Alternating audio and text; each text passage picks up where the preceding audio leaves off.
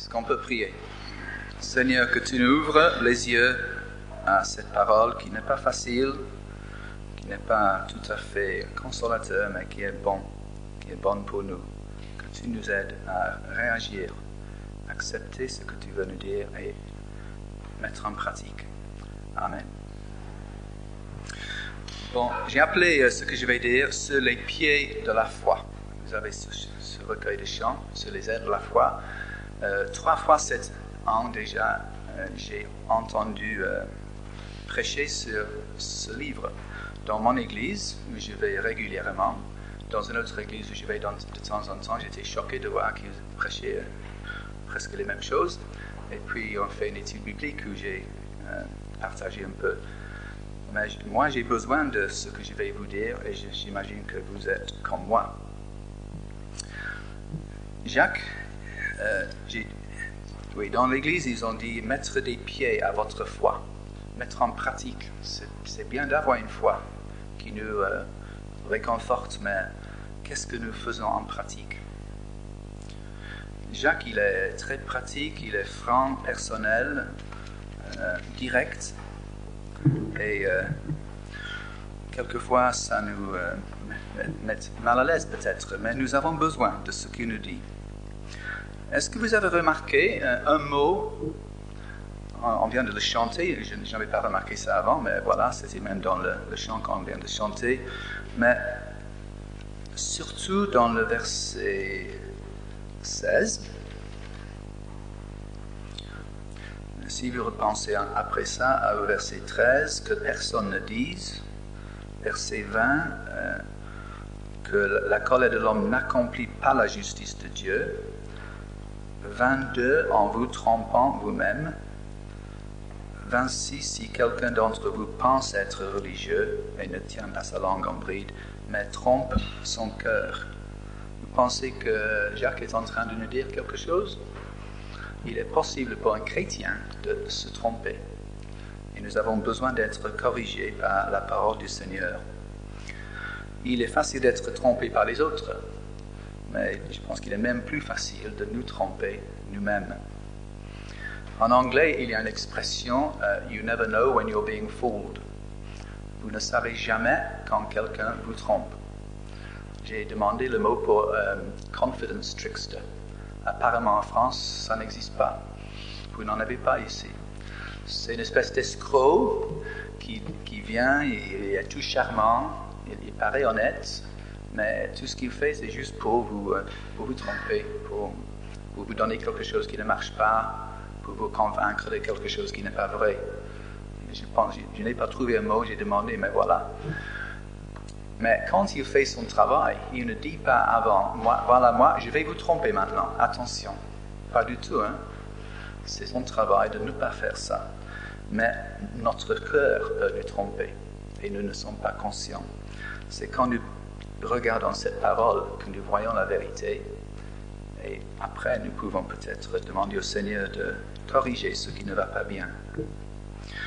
Dans notre monde aujourd'hui, il y a beaucoup de tromperies, n'est-ce pas? Toute la propagande au sujet de la guerre. On lit les journaux en Angleterre, on arrive en France, on regarde les journaux, c'est pas la même chose du tout. Il y en a qui aiment M. Bush, il y en a qui n'aiment pas tellement. Les promesses des hommes politiques, j'imagine que les hommes politiques ici ne sont pas meilleurs que ceux que nous avons en Angleterre. Monsieur Blair, il a rendu ma vie de professeur misérable parce qu'il avait promis d'élever le niveau atteint par les élèves de tous les âges. Et ce n'est pas possible. Mais il a promis, après 5 ans, on verra une différence. Et il a trouvé un moyen de faire.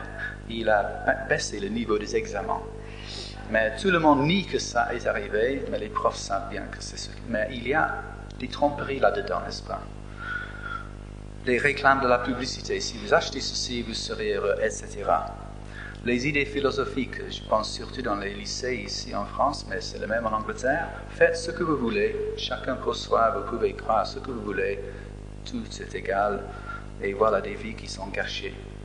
Même, il s'appelle comment Michel, l'homme qu'on a vu? C'est Rida, le monsieur, oui. c'est un musulman qu'on va harceler chaque année.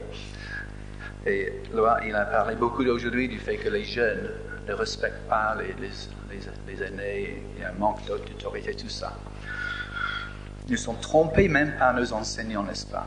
Nous sommes trompés par ce qu'on écoute à la radio, ce qu'on voit à la télévision. Les vœux qu'on donne dans le mariage, des choses comme ça ne sont plus respectées. Voilà. Beaucoup de tromperies dans notre monde de tous les jours. On peut se tromper dans son choix de partenaire conjugal, de carrière. On peut se tromper du caractère de l'autre. Encore une fois, j'ai demandé à Joël de traduire pour moi, ça ne marche pas du tout. Mais si vous comprenez l'anglais, vous allez comprendre. Mon fils aîné Daniel, qui est parti en Papouasie, il a dit, « Papa, tu mérites une médaille d'or dans les Jeux Olympiques. » J'ai dit, « Oui. » Il a dit, « Oui, c'est pour le saut en longueur. » Parce qu'en anglais, on dit « to jump to a conclusion ». Sauter à une conclusion sans avoir une bonne base. Et je suis très bon pour ça. Il a dit, « Papa, tu mérites la médaille d'or pour ça. Tu me comprends mal souvent. » Mais ça arrive, nous nous trompons, nous pensons que nous comprenons les choses et ce n'est pas le cas. Je vous propose que ce soir, il y a dans ce passage trois aspects où on peut se tromper. Première, dans les versets 12 à 15, quelle est la cause du péché? D'où vient le péché? Qui est coupable? La cause du péché. Dans les versets 16 à 18, il parle du caractère du Père. Il parle de Dieu comme un Père personnel. Mais il est comment ce Dieu, ce Père? Quel est son caractère? Et dans le reste du chapitre, il parle de la conduite du pratiquant. Comment est-ce qu'un vrai chrétien devrait être? Qu'est-ce qui compte aux yeux de Dieu du point de vue de la religion? Alors la première section, la question de la culpabilité. Encore un mot en anglais, deux mots, blame game. Le jeu de la culpabilité. Il y a toujours quelqu'un qui est coupable si moi je fais une bêtise. Et quand on pense au jardin d'Éden, Dieu a donné une épreuve. Ce n'était pas une tentation, c'était une épreuve à Adam, qui pouvait manger de tout sauf de l'arbre de la connaissance du bien et du mal, n'est-ce pas? Et c'était une épreuve. C'était un moyen pour Adam de montrer qu'il avait confiance en Dieu, qu'il voulait mettre en pratique dans un sens son amour pour Dieu, en acceptant cette restriction, parce que tous les autres arbres, il pouvait en manger. Et voilà qu'un jour, Adam, sous l'influence sans doute de sa femme, a mangé ce qu'il n'aurait pas dû manger. Mais qu'est-ce qui est arrivé après?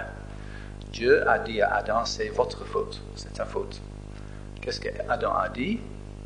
Non, c'est pas ma faute, c'est la faute de ma femme. Qu'est-ce qu'elle a dit? C'est pas ma faute, c'est la faute du serpent. Il y a blame game, oui, on passe la culpabilité d'un à l'autre. Et moi, je suis fort pour ça aussi, j'imagine que peut-être vous. De temps en temps, c'est jamais de ma faute. Il y a toujours quelqu'un d'autre qui est coupable. Et dans notre société en Angleterre, c'est la même chose maintenant. Si quelqu'un vole, qu'il frappe, qu'il fait des bêtises, c'est pas sa faute, c'est parce que quelqu'un avait tué son lapin quand il avait 2 ans, ou quelque chose comme ça. N'est-ce pas? Mais revenons à Adam, parce que je veux poser la question, quelle est la différence entre une épreuve et une tentation? Parce que ça existe, les deux mots se trouvent dans le verset 12. Après avoir été éprouvé, mis à l'épreuve, qui endure la tentation, et il parle de 2 mots. Et je pense pour le moment, vous allez me corriger après, que c'est la même situation, la même circonstance qui peut être soit l'un, soit l'autre. Parce que si Adam avait résisté, s'il avait mis sa confiance totale au Seigneur, il n'aurait pas mangé du fruit, et cela aurait été une épreuve. Je sais, avec les nouveaux avions, les nouvelles voitures, on les met à l'épreuve. Et quand il s'agit de Rolls-Royce, ils n'acceptent jamais qu'une Rolls-Royce manque, fait faillite. Toujours une Rolls doit être comme ça. L'épreuve, c'est juste pour montrer que c'est déjà parfait. Et quand Jésus a été tenté dans le désert, c'était une épreuve qui a montré qu'il était parfait. n'est-ce pas? Mais quand Adam a décidé de désobéir, cela est devenu une tentation. Quelque chose dedans a réagi à la tentation du serpent et il a fait ce qu'il a fait. Dieu ne veut pas nous tenter, c'est clair ici, n'est-ce pas? Il ne tente jamais, parce qu'il a un but, il nous met à l'épreuve. C'est pour que nous soyons plus mûrs, que nous développions notre caractère chrétien, que nous devions de plus en plus comme le Seigneur Jésus-Christ. Donc une épreuve a un but positif, de développer nos muscles spirituels, de perfectionner notre caractère chrétien. Mais bien sûr, il y a aussi le diable qui est là. Il a un tout autre but, c'est de nous faire chuter et de détruire notre caractère chrétien. Verset 13 dit que personne ne dise lorsqu'il est tenté, c'est Dieu qui me tente, car Dieu ne peut être tenté par le mal. Mais chacun est tenté par sa propre convoitise. L'autre traduction, juste un désir, un petit désir apparemment assez innocent, mais qui nous mène petit à petit, un peu plus tard, plus loin. Et Kevin, il a une histoire du petit léopard qui devient un grand léopard, et les grands léopards tuent, et tous les enfants sautent en l'air. Et puis on pense aux petites choses qu'on fait, on vole des bonbons, après c'est quelque chose, et à la fin on devient un voleur de banque ou quelque chose. Mais ça commence quelque part, ça finit par là. Et chacun de nous devons faire attention à ce fait que c'est vrai pour nous. Nous avons des points faibles qui commencent assez innocemment, mais ça mène loin, loin, loin, plus loin que nous pensions. Juste pour souligner que pour Dieu, une épreuve est une bonne chose. Est-ce qu'on peut regarder 1 Pierre 1, versets 6 et 7? 1 Pierre 6, 6 et 7. En cela, vous vous réjouissez, quoique vous soyez maintenant attristés pour un peu de temps par diverses épreuves, puisqu'il le faut, afin que l'épreuve de votre foi, plus précieuse que l'or périssable, qui pourtant est éprouvé par le feu, vous tourne à louange, à honneur et à gloire lors de l'avènement de Jésus-Christ. Voilà le but de l'épreuve, que nous gagnions la récompense que le Seigneur veut nous donner. Jacques est clair, la Bible est claire, Dieu est pur et ne peut pas nous tenter. Habakkuk 1,13 dit, n'est-ce pas, que il a les yeux trop purs pour voir le mal. Et en Genèse 18, verset 25, il a dit à Abraham, « Celui qui juge toute la terre, ne fera-t-il point justice? Il ne fait pas d'erreur, il est toujours juste. Il ne change pas. » Et 1 Jean 1,5, que André a pu nous trouver à la fin de quelques recherches ce soir, Dieu est lumière et en lui, il n'y a point de ténèbres. Il ne faut jamais penser que Dieu a changé de caractère, qu'il n'est plus bon, qu'il n'est plus saint, qu'il n'est plus parfait. J'ai lu qu'un gouverneur d'un État aux États-Unis est allé dans la prison de l'État. Il a parlé à plusieurs prisonniers.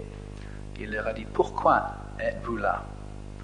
Et chaque fois, les prisonniers disent, ce n'était pas ma faute, c'est à cause de quelqu'un d'autre. C'est le juge, c'est la police, c'est quelqu'un d'autre qui est responsable pour le fait que je suis ici. Je ne devrais pas, je suis innocent. Et il a continué. À la fin, il a trouvé un prisonnier. Il dit, oui, j'ai volé, je n'aurais pas dû le faire. Je sais que j'ai affronté la société et maintenant je paye ma dette à la société. Je suis coupable. Après, le gouverneur, il a écrit au directeur de la prison avec un pardon pour cet homme. Et il a dit, je ne veux pas que cet homme coupable corrompe le reste des prisonniers qui sont innocents. Alors, parce qu'il a été honnête, il a reconnu devant le gouverneur, il a été libéré. Et est-ce que nous sommes honnêtes Parce que si nous cachons les choses, si nous continuons à vivre comme si ce n'était pas moi, c'était quelqu'un d'autre, Dieu ne peut pas nous aider à changer. Nous allons répéter la même histoire une fois après l'autre. S'il faut corriger quelqu'un d'autre, j'ai lu ce soir Galates 6, ayons soin que nous-mêmes nous ne soyons pas attentifs à la chose même que nous essayons de corriger dans un autre. Et si nous devons corriger les autres, faisons-le avec douceur, c'est ce que dit la Bible. Mais Dieu ne nous tente jamais. C'est notre cœur qui réagit. Alors, une fois ce soir, cet homme Rida, il a dit, c'est la télévision, c'est les affiches, c'est les médias qui corrompent. Dans un sens, il a raison, mais la raison pour laquelle ça marche, c'est parce qu'il y a quelque chose ici qui répond, qui cherche même ce qu'il nous offre.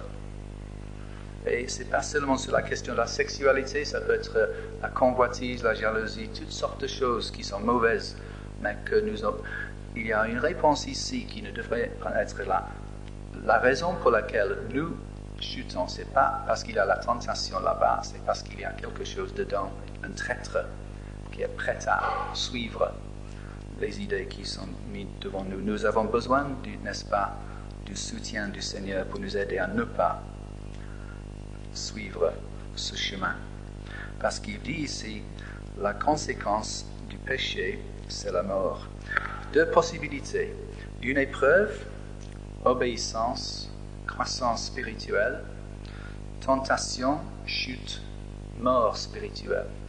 Peut-être il ne parle pas là de la mort éternelle, peut-être c'est plutôt comme un arbre, quand il y a une branche qui meurt, il n'y a plus de fruits sur cette branche et c'est coupé, c'est une perte. Sa vie n'est plus prolongée. Et souvent quand nous faisons des choix, de mauvais choix, quelque chose que nous aurions pu faire ne sera pas fait. Quelque chose que nous aurions pu développer n'est pas développé. Ça meurt, c'est fini. Et peut-être il y a des aspects de notre vie qui ne sont pas comme ils devraient être parce que nous avons pris un mauvais choix dans le passé. Et en disant tout cela, le Seigneur est prêt à nous pardonner et à nous remettre sur le chemin. C'est jamais la fin de l'histoire quand nous chutons, n'est-ce pas? Et je trouve beaucoup de réconfort, vous aussi, n'est-ce pas? 1 Corinthiens 10, 13. Je vais le lire, vous n'avez pas besoin de regarder, mais c'est un verset que j'ai appris très tôt dans ma vie chrétienne et qui m'a beaucoup aidé. Aucune tentation ne vous est survenue qui n'ait été une tentation humaine. Dieu est fidèle, il ne permettra point que vous soyez tentés au-delà de vos forces. Mais avec la tentation, il vous en donnera aussi l'issue afin que vous puissiez la supporter. Ça, c'est la promesse de Dieu qui est fidèle. Il y a des moments où nous pensons que nous avons passé ce point, qu'il n'y a pas d'issue, que c'est fini, mais voilà la promesse de Dieu que non, jamais il y a une situation où il ne peut pas nous aider à en sortir. Ça, c'est une promesse sur laquelle on peut dépendre, n'est-ce pas? Bon, je vois que le temps passe. Je vais passer au caractère de Dieu assez vite. Qu'est-ce que ça nous dit dans le verset 16, 17, 18 sur Dieu? Que tout ce qui est bon dans notre monde, toute grâce, toute excellence, tout don parfait vient de lui. Il n'y a rien de bien dans notre monde qui ne vient de lui. L'air que nous respirons, l'eau que nous buvons, la nourriture que nous mangeons, la vie qu'il nous donne, les amis, la famille, tout ce que nous avons qui est bon vient de lui. Et il ne peut pas changer. Il parle là du Père des Lumières en qui il n'y a ni variation ni ombre de changement. Et je pense que c'est le soleil dont il parle là. Mais je peux vous assurer que le soleil en Angleterre varie beaucoup. Mon ami Gary, qui habite à côté de moi, il fêtait 25 ans de mariage. Et quelqu'un lui a acheté, je pense que c'est un cadran solaire, c'est ça? Pour son jardin. Ok? Il est en place maintenant, ce cadran. Alors, décembre, est-ce qu'on peut voir l'heure? Pas du tout. Décembre, non. Janvier, non. Février, pas tellement. Même quand le soleil brille, il y a une muraille juste devant parce que le soleil est trop bas. Donc, tout l'hiver, inutile. Alors voilà, en mars, il commencé à faire du soleil en Angleterre. Ça arrive de temps en temps, n'est-ce pas? L'homme qui a installé le cadran a mal installé. Ce n'est pas juste 1 heure décalée, c'est 2 ou 3 heures décalées. Donc même quand le soleil brille, quand il faut, le cadran est mal placé, on ne sait pas quelle est l'heure, c'est inutile. Le soleil même, ce n'est pas une source de précision du point de vue de l'heure dans son jardin. Mais Dieu ne change pas. Il n'est pas comme le soleil qui a ses taches de temps en temps, n'est-ce pas, qui provoque des changements dans le temps de notre planète. Dieu ne change jamais. Nous pouvons avoir absolue confiance en lui. Dans le doute, sous la pression, rappelons-nous que le caractère du Seigneur ne change pas. Il est toujours saint, il est toujours juste, il est toujours bon, il est toujours compatissant, fiable, mais c'est un Père personnel et tendre qui a nos intérêts, nos meilleurs intérêts à cœur. Et il y a un avertissement, un peu plus loin, dans le verset 20, où il dit que la colère de l'homme n'accomplit pas la justice de Dieu. Et je sais que comme parent, quand j'ai perdu patience, et j'ai encouragé mes enfants avec une main, pas trop. Je veux dire, Daniel, il a fallu plusieurs fois. David, presque pas. Je pense que Claire, jamais. Parce que c'est des caractères différents. Mais Daniel, de temps en temps, il avait besoin d'encouragement assez ferme. Et il y avait des moments où c'était moi qui avais perdu patience, j'étais fâché. J'étais hors de contrôle et j'ai pensé qu'il méritait, mais vraiment c'était ma colère où j'avais perdu contrôle de moi. Et ce n'était pas tout à fait juste dans ce cas-là. Mais je pense qu'il y a des moments où l'homme pense que quand il agit dans un sens devant Dieu, mais vraiment c'est parce que lui, il a perdu contrôle. Dieu n'est pas comme ça. Sa colère est toujours contrôlée et juste et exacte. Faisons attention à ça. Mais voilà, le dernier point. La conduite du pratiquant, qui est le reste du chapitre 21 jusqu'à la fin. Il nous dit de nous dépouiller, il y a des choses qu'il faut jeter à la poubelle. Il faut faire attention quand vous faites ça. Parce qu'il y a 2 mois, j'ai perdu les clés de ma voiture. Et je ne trouve pas la double non plus. J'ai téléphoné pour savoir c'est combien pour une nouvelle clé. 1000 francs. Aïe. Et j'ai commencé à regarder partout dans la chambre. D'abord, rien. Le salon, rien. Salle à manger, rien. Cuisine, non. Et j'étais désespéré. J'ai commencé à vider les poubelles. Et à la fin, je suis sorti. Nous avons de grosses poubelles à Liverpool, énormes. Et j'ai tout renversé par terre. Et voilà mes clés, juste au fond. J'étais très soulagé. Mais ça, c'était quelque chose de bon que j'avais jeté à la poubelle. Mais ici, c'est toutes les choses. Nous savons ce que ça veut dire, n'est-ce pas? Les souillures. Nous devons les jeter afin que Dieu nous remplisse de son esprit. Encore une histoire, un nouveau pasteur qui arrive, et la première semaine, il prêche un sermon formidable. Les aînés étaient ravis de leur choix de ce nouveau pasteur. Deuxième dimanche, le même sermon, les mêmes mots, les mêmes applications. Les aînés étaient un peu troublés. Est-ce que c'est tout ce qu'il sait faire? Il n'a qu'un sermon. Troisième semaine, même sermon. Même il commençait à savoir ce qu'il allait dire. À la fin, les aînés, ils se sont dit, il faut lui dire, ça ne va pas. Et ils se sont approchés de lui pour demander pourquoi il prêchait le même sermon 3 fois de suite. Et il a dit, parce que je n'ai pas eu de réponse jusqu'ici, je n'ai pas eu de réaction, vos vies n'ont pas changé, c'est pas la peine de prêcher notre sermon si vous n'avez pas réagi à celui-là. Et il y a un an, j'étais en prison à Liverpool, pas pour la première fois, j'ai été là plusieurs fois maintenant. Jusqu'ici, ils m'ont laissé partir après. Et j'ai rencontré un homme qui allait à une autre église à Liverpool, l'église de Bill Bygrove, qui est très connu. C'est un jeune pasteur dynamique qui a joué pour Liverpool il y a 20 ans. Il est très impressionnant. Et j'ai dit à cet homme, pourquoi êtes-vous là? Il a dit, je ne peux pas rester dans l'église et écouter ce que Bill dit semaine après semaine sans réagir. Et il est là tous les 2 ans, toutes les deux semaines, il va en prison au lieu d'être à l'église. Et là, il prêche aux prisonniers dans l'église. Et j'ai été frappé par ça. Il ne pouvait pas écouter la parole de Dieu sans réagir. Verset 22. Mettez en pratique la parole et ne vous bornez pas à l'écouter. Nous sommes tous en danger de ça, n'est-ce pas? De compter les points corrects, l'orthodoxie de tout ce qui a été dit, les bonnes illustrations. On sort en disant c'était pas mal du tout, n'est-ce pas? J'aurais pu faire mieux moi-même, mais pour lui c'était pas mal. Mais qu'est-ce qu'on fait après? Est-ce que vraiment ça nous a changé? Je pose la question à moi-même. Il dit que nous sommes comme un homme qui regarde dans le miroir et tout de suite il oublie. Je dois dire, il y a une toilette ici où il n'y a pas de miroir. C'est un avantage pour moi et Kevin parce que comme ça nous restons heureux un peu plus longtemps pendant la journée. Mais là où il y a un miroir, on peut juste regarder un coup d'œil rapide comme ça. Ah oui, la tête est toujours sur les épaules, le nez est toujours vers le milieu du visage, j'ai encore 2 oreilles, ça va. Mes cheveux sont... il y en a encore. Et ça, c'est un coup d'œil rapide, et on passe le reste de la journée peut-être avec une figure atroce.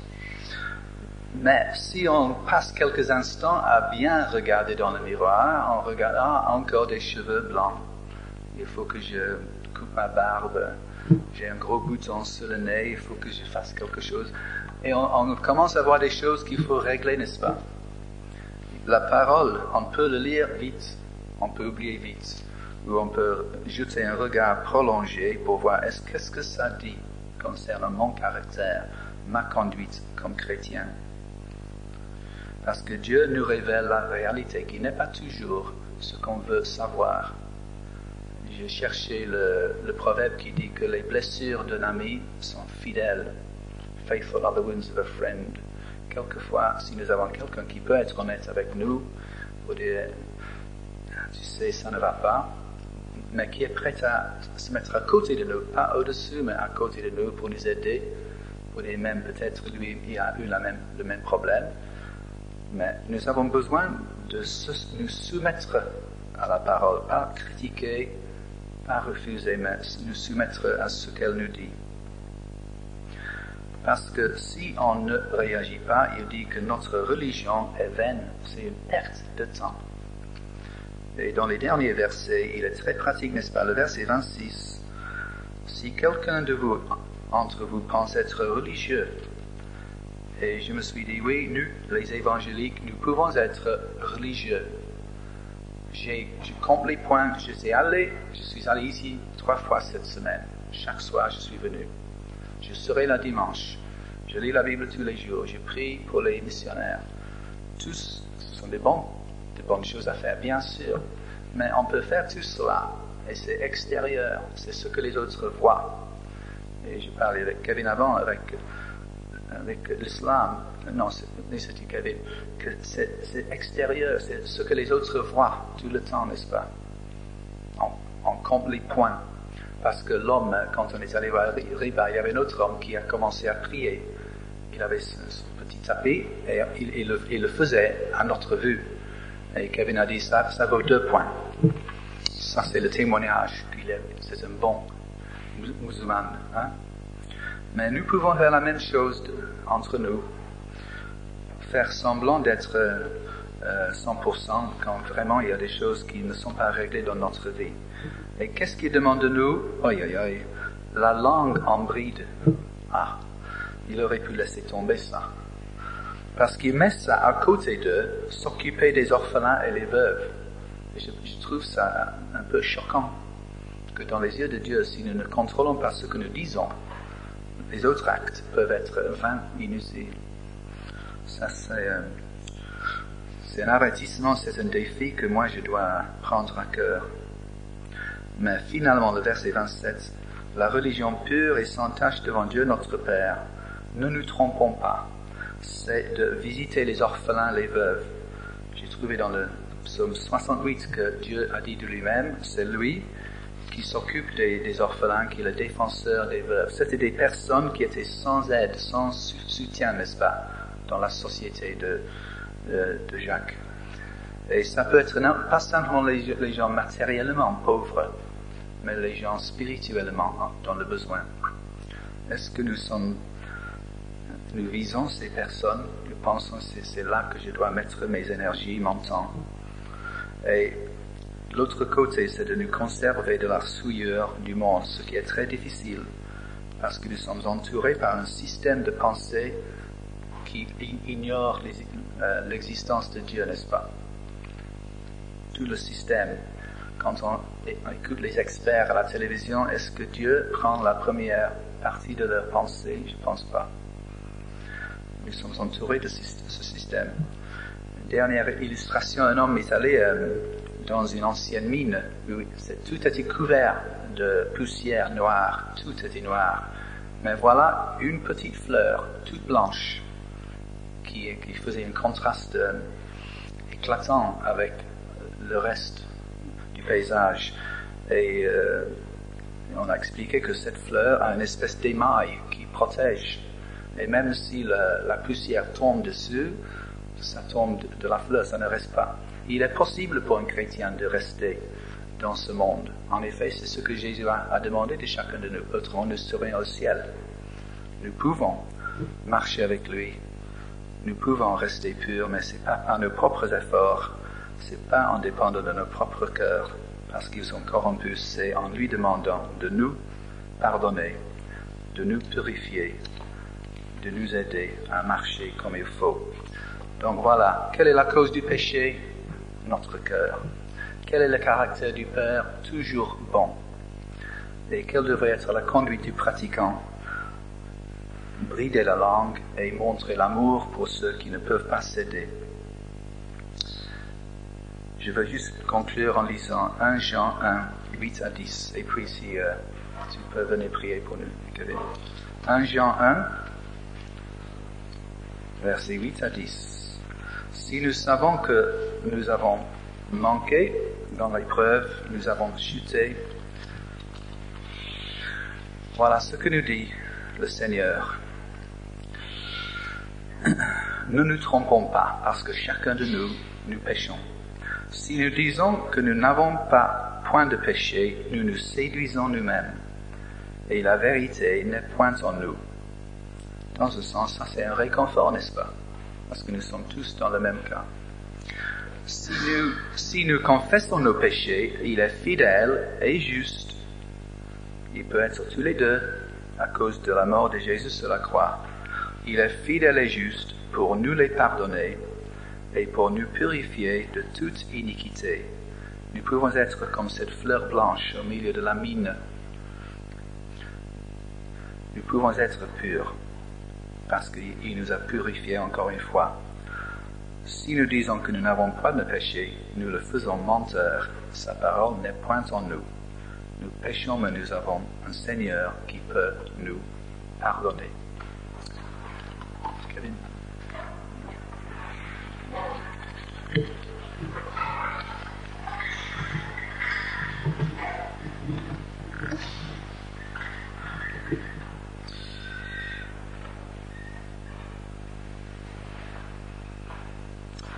Seigneur, tu es fidèle et juste, comme nous venons de lire.